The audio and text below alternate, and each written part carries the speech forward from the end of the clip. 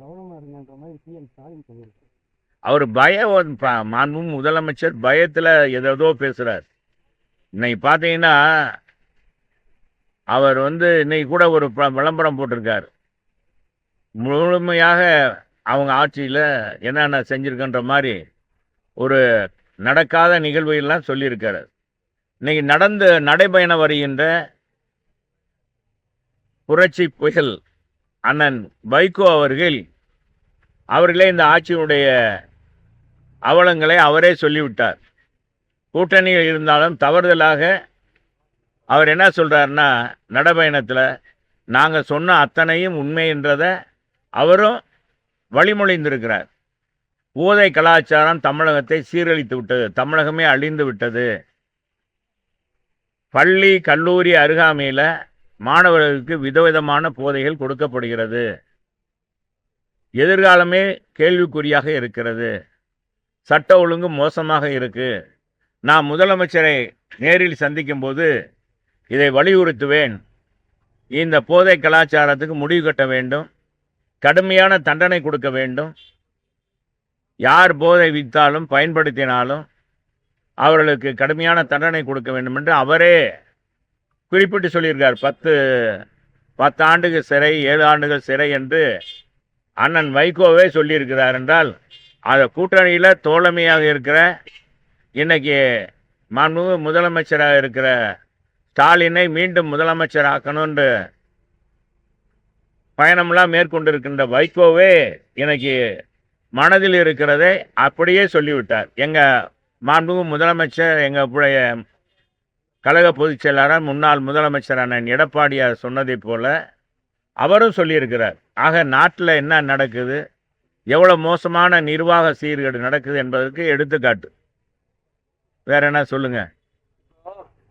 AIADMK கூட்டணிக்குள்ள TTV OPS கொண்டு வரணுங்கிறது தான் அமித்ஷாவுடைய அழுத்தமா இருக்கா? அதெல்லாம் பொதுச் செயலாளருக்கு தாங்க தெரியும். நீங்கள் நமக்கு எப்படி தெரியும்? இதை நீங்கள் பத்திரிகையிலையும் ஊடகங்களையும் உங்களுடைய ஆசையில் உங்களுடைய இதை தெரிவிக்கிறீங்க. அதுக்கு நாங்கள் பொறுப்பில்லை. பொதுச் செயலாளரை பார்த்து முடிவு பண்ணுறது தான். அது நீங்களா ஊடகங்களை இல்லாததெல்லாம் போட்டு நாளைக்கு அவங்கெல்லாம் சேரலைன்னு அப்படி போடுவீங்க. அப்புறம் சேர்ந்தாங்க புதிதாக கூட்டணி சேர்ந்தாங்கன்னு போடுவீங்க. ஏதாச்சும் ஒன்று சொல்லி ஏதாச்சும் ஒன்று இது பண்ணுவீங்க. அதனால் அதெல்லாம் பொதுச் செயலாளருக்கு தான் முடிவு. பொதுச் செயலாளர் பார்த்துக்குருவார் அதையெல்லாம். இப்போ எங்களை பொறுத்தளவுக்கு கட்சி பணியை செய்ய சொல்லியிருக்கிறாரு. எஸ்ஐஆர் பணியில் முழுமையாக ஈடுபட சொல்லியிருக்காரு. ஈடுபட்டிருக்கோம், அதில் ஈடுபட்டு கொண்டு இருக்கிறோம்.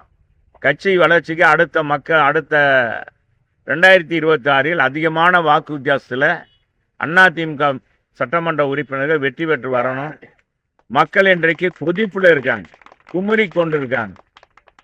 குமுறலை பார்க்க முடியுது. அவங்கள நேரில் சந்திக்கும் போது இந்த ஆட்சியை அகற்றணும், விரைவாக அகற்றணுன்றதில்ல. எங்களை காட்டிலும் இன்னைக்கு எதிர்கட்சியாக இருக்கிற எல்லா காட்டிலும் இன்னைக்கு மக்களே அந்த முடிவில் இருக்காங்க. இதுலேயும் கூடுதலாக என்ன சொல்லணும்னா, அதில் இருக்க காங்கிரஸுடைய தமிழ்நாட்டினுடைய பொறுப்பாளர் பிரவீன் சக்கரவர்த்தி அவரே சொல்கிறார், எங்களுக்கு ஆட்சி அதிகாரத்தில் பங்கு கேட்பதில்லை. என்ன நியாயம், என்ன தவறு? 60 ஆண்டுகள் நாங்கள் ஆட்சியில், எங்களுக்கு ஆட்சி தரணும், ஆட்சியில் பங்கு கொடுக்கணும், கூடுதல் சீட்டு கொடுக்கணும். நாங்கள் ஏன் வேறு கட்சியோட பேசக்கூடாது, எங்களை யார் தடுக்கிறது அப்படின்னு எல்லாம் இன்னைக்கு சொல்ல ஆரம்பிச்சிட்டாங்க. திமுக வலுவாக இருந்தால் இந்த மாதிரி யாராச்சும் சொல்லுவாங்களா? திமுகவை பொறுப்புக்கும் வலுவளர்ந்து இருக்கு. இன்னைக்கு தமிழ்நாட்டில் முதன்மையான பெரிய கட்சி எதுன்னா அதிமுக மட்டும்தான். அதனால தான் அதிமுகவோட கூட்டணி சேர்க்கறதுக்கு யார் வரணும், யார் சேர்க்கணுன்றத இதில் எங்கள் பொதுச் செயலாளர் முடிவெடுக்கிறார். இதில் அமித்ஷா சொல்கிறார் பாரதிய ஜனதாவுக்கு அடிமை அப்படின்லாம் சொல்கிறதெல்லாம் நீங்களாம் கற்பனையில் இருந்தீங்கன்னா அதுக்கு நாங்கள் பதில் சொல்லலை. எங்கள் பொதுச் செயலாளரே பதில் சொல்லிவிட்டார். டெல்லிக்கு போகிறதுனால அவன் இல்லை, பல கோரிக்கை. இப்போ 4 லட்சம் கோடி, இந்த 4 லட்சம் கோடி கொள்ளையடிக்கப்பட்டிருக்கு இந்த 4 ஆண்டுகளில் அப்படின்னு கவர்னர்கிட்ட ஆளுநர்கிட்ட மனு கொடுத்துருக்கார். அதே அந்த மனுவை கொண்டு போய் உள்ளாட்சி நம்முடைய உள்துறை அமைச்சரிடம் கொடுக்க போயிருக்கிறார். ஏன்னா இது கொடுக்க போகிறதுல என்ன தப்பு? அதே மாதிரி 125 நாள் இந்த மக்களுக்கு அது காப்புரிமை. கிராமப்புற வேலைவாய்ப்பு, அந்த கிராமப்புற வேலைவாய்ப்பு 125 நாளாக உயர்த்தி கொடுக்கணும்னு நம்ம அண்ணன் எடப்பாடியார் தான் வேண்டுகோள் வைத்தார். அதை நிறைவேற்றி கொடுத்துருக்க மோடிஜிக்கு, உள்துறை அமைச்சருக்கு நன்றி தெரிவிக்கவும் போயிருக்கிறார். இப்படி பல பணிகளை போயிருக்கிறார். அதுக்குள்ளே நீங்களாக ஒரு முடிவெடுத்து கற்பனைக்கு நீங்கள் இடம் கொடுத்தீங்கன்னா நாங்கள் என்ன செய்யணும்? உங்கள் கற்பனை குதிரையெல்லாம் நாங்கள் அதுக்கெல்லாம் என்ன சொல்ல முடியும்? கற்பனை குதிரை நீங்கள் போகலாம், நீங்கள் ஊடகங்கள் எந்த அளவுக்கு போவீங்க தெரியும் எங்களுக்கு. அதனால அதெல்லாம் சொல்லாதீங்க. இல்லை நாங்கள் அதெல்லாம் நீங்கள் என்னென்னா இந்த நோ அது இதுன்னெலாம் நாங்கள் எங்களை கேட்காதீங்க. எங்கள் பொதுச் செயலாளரை பார்த்து கேட்டுக்குங்க. எங்களை பொறுத்தளவுக்கு வேறு கலப்பணி என்னன்னு சொல்லுங்கள், நாங்கள் சொல்கிறோம். இப்போ மதுரையை பொறுத்தளவுக்கு என்ன அப்படின்னா அது அமமுக கூட ஓகே, ஓபிஎஸ் சேர்க்கவே மாட்டேன் அப்படின்ற மாதிரி ஸ்ட்ராங்கா இருக்காங்க அப்படின்னு தான் சொல்லுங்க. அதெல்லாம் நமக்கு தெரியாதுங்க. நீங்களாக தான் சொல்கிறீங்க, நீங்களாக பேசிக்கிங்க. அது நமக்கு ஒன்றும் தெரியல. அது எங்கள் பொதுச் செயலாளர் வந்தால் தான் எங்கள் பேசுவார். பொதுச் செயலாளரை பார்க்கும்போது தான் அது தெரியும். அதெல்லாம் எந்த நெருக்கடியும் ஏங்க ஜனநாயகம் அப்படின்லாம் பார்த்தீங்கன்னா அவர் கட்சி நடத்துகிறதே நீ கட்சி ஆரம்பித்திருக்கிறார். அவருக்கு வேறு வகையிலெல்லாம் நெருக்கடி கொடுக்கலாம். ஒரு படத்தை போய் தடை பண்ணுறதுனாலே அங்கே ஒரு நெருக்கடி கொடுக்கும். இதுக்கெல்லாம் ஒரு அரசியல் சாயம் பூசினீங்கன்னா எதுக்கு தான் பேசுறது? அதையெல்லாம் அப்படி இருக்குமா என்னன்னு எங்களுக்கு தெரியாது. அது உங்களுக்கு தான் தெரியும்.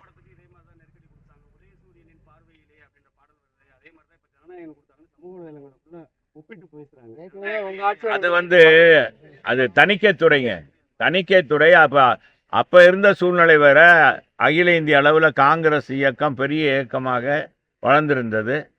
அதில் அன்பேவா படத்தில் தான் சொன்னீங்க, புதிய சூரியனின் பார்வையில் உலகம் விழித்து கொண்ட வேலையிலேன்னு அந்த தலைவருடைய பாட்டு வரி வரும். அது உதய சூரியன் வரக்கூடாது, ஒரு சின்னத்தை குறிக்கிறது அப்படின்னு அன்னைக்கு இருங்க தணிக்கைக்குள்ள அதை மாற்றி வைக்க சொன்னாங்க. அது ஒன்றும் இது இல்லை, அது பெருசாக இல்லை. அப்போ யூஏ சான்றிதழ் தான் கொடுத்தாங்க. படம் மிகப்பெரிய வெற்றி பெற்றது. இன்னும் கூட ஓடிக்கிட்டு இருக்கு. இன்னும் பார்த்தா மக்கள் ரசிக்கிற அளவுக்கு அந்த படம் இருக்குது. தமிழ்நாட்டு சூழல்ல அதிமுக திமுக ரெண்டுமே ஆட்சி, யாராவது ஒருத்தர் வந்தா கூட கூட்டணி ஆட்சிக்கான சூழல் தான் இருக்கா என்ன? இல்ல, எங்க பொதுச் செயலர் கரெக்டா சொல்லிட்டாரு. அதிமுக பெரும்பான்மையாக வெற்றி பெற்று அதிமுக ஆட்சியில் அமரும், அதிமுக ஆட்சி அமையும்னு எங்க பொதுச் செயலர் சொல்லிட்டார். திமுகனால அப்படி சொல்ல முடியலையே. இல்ல அமித்ஷாலாம் சொல்லல, நீங்களா சொல்லக்கூடாது. இப்ப நம்ம முதலமைச்சர் இவர் இருக்கார் இல்லையா, ஸ்டாலின் அவரால் சொல்ல முடியுதா? இன்னைக்கு அந்த இன்னைக்கு கூட்டணி பலத்தில் தான் திமுகவே இருக்குன்றத தெரியுது. எங்க அம்மா மாதிரி ஆணித்தரமாக முடிவெடுக்க முடியுமா? 2016 தான் கொண்டு வந்த திட்டங்களை பார்த்து மக்கள் ஓட்டு போட்டால் போதும், நான் யாரு கூட கூட்டணி வைக்க விரும்பலை, 234 தொகுதியிலும் அதிமுக வெற்றி பெறும் சொல்லி அம்மா அன்னைக்கு நின்றாங்க. நான் கேட்குறேன், இப்போ இத்தனை விளம்பரம் கொடுக்குறீங்க, மறுமலர்ச்சியே ஏற்பட்டுருச்சு தமிழகத்தில். அதை பார்த்தா அவங்க விளம்பரத்தை பார்த்தா அப்பா தமிழகத்தில் பாலாரும் தேனாரும் ஓடுவது போல, பாலாரும் தேனாரும் பெருகி ஓடுவதை போல இந்தியாவிலே தமிழகம்தான் மக்கள் சுபிட்சமாக அமைதியாக, பெண்கள் எல்லாம் பாதுகாப்பாக, காவல்துறையெல்லாம் பாதுகாப்பாக, காவல்துறையை பார்த்தா ரவுடிகள்லாம் ஓடுற மாதிரி அப்படின்னு தோணும். அது மாதிரி இருக்கா? எங்க அந்த மாதிரி இல்லையே. அவர் நம்ம முதலமைச்சராக தான் இன்னைக்கு கூட விளம்பரத்தில் அவருக்கு இதில் வந்திருக்கு விளம்பரம். அவராக தன்னை பற்றி தான் பெருமையாக பேசுகிறார். யார்? மக்கள் பேசணும், சாதாரண மக்கள் பேசணுங்க, ஏழை எளிய மக்கள் பேசணும். இந்த ஆட்சி அற்புதமான ஆட்சி, மாணவர்கள் சொல்லணும். சொல்லி கொடுத்து சொல்கிறது இல்லை ஊடகத்தில், அவங்களா சொல்லணும். இப்போ நான் சொன்னேன், வைகோ சொன்னேன், அதே மாதிரி இந்த பிரவீன் சக்கரவர்த்தி சொல்கிறாரு. ஏன் நாங்கள் வேறு கட்சியோட பார்க்கக்கூடாதா, தலைவரை பார்க்கக்கூடாதான்னு சொல்கிறாரு. அப்படின்னா என்ன அர்த்தம்? அதுக்கு என்ன பதில் சொல்கிறாங்களா? திமுகலேருந்து பதில் சொல்லுவாங்களா? யாரும் வேணாப்பா, காங்கிரஸ் வேணாம், எந்த கட்சி வேணாம், நாங்கள் திமுகவா நாங்கள் தனித்து நிற்கிறோம் அப்படின்னு சொல்லுங்க. திமுக நாங்கள் தான் ஏற்கனவே சொல்லி நின்றுருக்கோம்ல. நாங்கள் தான் ஆட்சியில், இப்போ ஆட்சியில் இல்லை ஆட்சியில் இருக்கு. இப்போ ஆட்சியில் அதை செய்தோம், இதை செய்தோம், யானையை செய்தோம், பூனையை செய்தோன்னு சொல்கிற திமுக என்ன செஞ்சுருக்காங்கன்னு அவங்க செஞ்சதை வெளி காமிக்கணும். என்னண்ணா சொல்கிறீங்க? நில்லுங்க, தைரியம் இருந்தால் நில்லுங்களேன். எதுக்கு போய் எல்லா கூட்டணியும் போய் வளைச்சு வளைச்சு போச்சு பேசிக்கிட்டே இருக்கீங்க?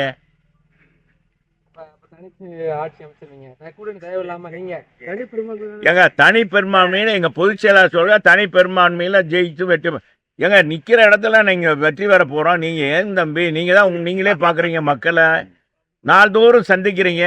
மக்களுடைய குமுறல், அவங்களுடைய இது எதிர்ப்பு, இந்த ஆட்சிக்கு எதிர்ப்பு எவ்வளவு தூரம் இருக்குன்றது தெரியும். என்னதான் கொடுத்தாலும் சரி, 3000 ரூபா கொடுத்தாலும் சரிங்க, தேர்தல் இடத்துல எவ்வளவு ரூபா கொடுத்தாலும் சரி, அடிச்சு வச்சிருக்க கொள்ளைய 4 லட்சம் கோடி அடிச்சு வச்சிருக்காங்க இல்லையா, அதவே இறக்குனாலும் நிச்சயமாக மக்கள் மனமாற தயாரில்லை. ஏன்னா ஒரு தடவை ஏமாந்துட்டோம் தமிழ்நாட்டு மக்கள். விடியல் தருவோம் சொல்லி எங்கேயாச்சும் இந்த விடியல் தருவோம்னு ஸ்டாலின் தான் வர்றாரு, விடியல் தருவோம் போறாரு அப்படின்னு பாட்டு எங்கேயாச்சும் ஒரு நிகழ்ச்சியில் வருதா? திமுக நடத்துகிற நிகழ்ச்சியிலேயாச்சும் அந்த பாட்டு போடுறாங்களா? சொல்லுங்க, சவால், உங்களுக்கு சவால் விடுறேங்க. ஒரு 1000 ரூபா வச்சுக்கிறோமா? யார் சொன்னா நீங்க வாங்க இந்த இடத்துல போட்டாங்க அப்படின்னு சொல்லுங்க. 1000 ரூபா சவால். யாராச்சும் இப்ப திமுக உண்மையிலே சாதனை புரிஞ்சது, தப்பு நடக்கல, சட்ட ஒழுங்கு இங்க பிரமாதமா இருக்குன்னு சொன்னா சொல்ல வேண்டியதானே? யாருமே ஒண்ணுமே இல்லை அவங்களுக்கு. லேதுப்பா லேது ஆட்சியில் ஒண்ணும் இல்லை, ஒண்ணுமே இல்லை. தென்னிந்திய மொழி தானே.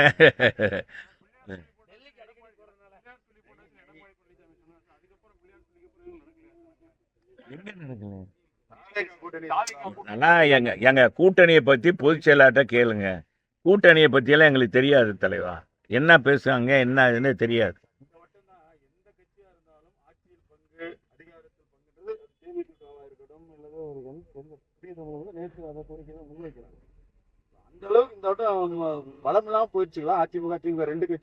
எங்களுக்கு திமுக தான் பலமிழந்து இருக்குன்னு நான் நினைக்கிறேன். திமுகவை தான் ரொம்ப இதா நினைக்கிறாங்க. அவங்க தான் அதில் தான் இப்போ நிறைய பெரிய பெரிய கட்சியெல்லாம் அதான் அது இது பண்ணுறாங்க. எங்கள் இதில் நாங்கள் இன்னும் யாரையும் கூட்டணி அப்படி இப்படிலாம் பேசி அவங்க எங்கள் கூட்டணி வந்த பிறகு இதெல்லாம் கேட்குறாங்கன்னு யாருமே சொல்ல முடியாது. எங்கிட்ட வந்தவங்க யாருமே அதை பற்றியெல்லாம் பேசலை.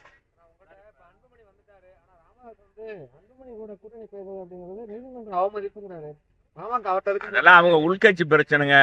இன்னும் சொன்னால் தந்தை மகனுடைய அது உரிமை குரல், உரிமை பேச்சு. அது கூட்டணி வந்திருக்காங்க. அவங்க அன்புமணி எதுன்னு எங்கள் பொதுச் செயலாளர் பேசி முடிவு பண்ணியிருக்காரு. சரி, வேற ஒன்றும் இல்லைல்ல, நம்ம பார்ப்போம். நான்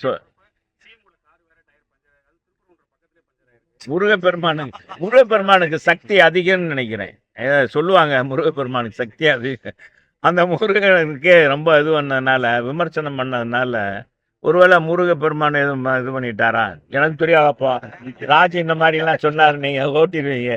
அது இல்லை, பொதுவாக நீதிமன்றத்துடைய தீர்ப்பை தான் நாங்கள் நிறைவேற்றணும்னு சொல்கிறோமே ஒழிய, எங்களுக்கு இது பண்ணணும், இந்த சமுதாயம் வேணும், அந்த மதம் இந்த மதம்லாம் கிடையாது. அதிமுக பொறுத்தளவுக்கு மதசார்பற்ற எங்களுடைய இயக்கம் எங்கள் ஆதி காலத்திலேருந்து இந்த கட்சி இருக்குது. எங்கள் பொதுச் செயலாளர் என்ன சொன்னார்? நீதிமன்றத்தினுடைய தீர்ப்பை மதிக்கணும். அதைத்தான் நாங்கள் சொல்கிறோம். இப்போ 3 தடவை இந்த கோர்ட்டு போயிடுச்சு. இதை கோர்ட்டில் போய் 3 எல்லா நீதிபதிகளும் அது இது பண்ணிக்கலாம், தீபம் ஏற்றலாம், தவறில்லை. ஒரு அமைப்பே இது இல்லாத அதுவும் கடுமையாக சாடியிருக்கிறார்கள் நீதி அரசர்கள். இந்த அரசாங்கமே 2 சமுதாயத்திடையே தூண்டி விடுகிறது. 2 மத இந்த மத பூசல் வரணும், பதட்டம் வரணும்னு நினைக்குது. இப்படிப்பட்ட அரசாங்கம் இருக்கணுமா அப்படின்னு அவங்களே கேட்டிருக்காங்க. நாங்கள் கேட்கறக்கால நீதி அரசரே கேட்டுட்டார்.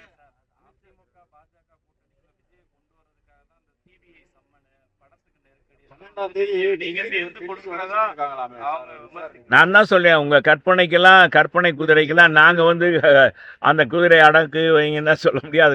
குதிரையை பற்றியெல்லாம் சொல்ல முடியாது. அது அந்த மாதிரி நிலைப்பாடு எப்பவுமே ஒரு மாபெரும் இயக்கம், மாபெரும் தலைவர் இன்னைக்கு மோடிஜி. அவர் கீழே இருக்கிறதெல்லாம் அப்படிலாம் செய்ய மாட்டாங்க. உறுதியாக அது மாதிரிலாம் நீங்களா கற்பனையை வச்சு அதுக்கு ஒரு பதிலாக போடாதீங்க. கொடி வந்துருச்சு உதயமா போகுதுன்றலாம் பேசினாரு. அதனால இது எல்லாத்தையும் நான் சேர்த்து பார்க்க வேண்டியது. யாரையும் வற்புறுத்தி சேர்க்க முடியாது தலைவா.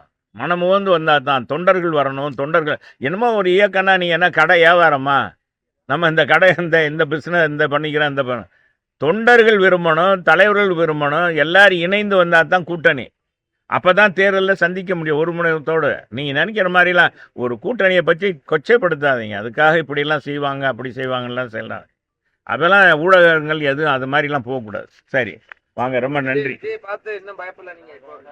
ஐயா யாரை பார்த்து அதிமுக பார்த்தது, யாரை எமனையே பார்த்தவங்க நாங்க. குண்டவே தொண்டையில வச்சு டாட்டா காட்டிய அந்த வரலாறு எங்களுக்கு தான் உண்டு.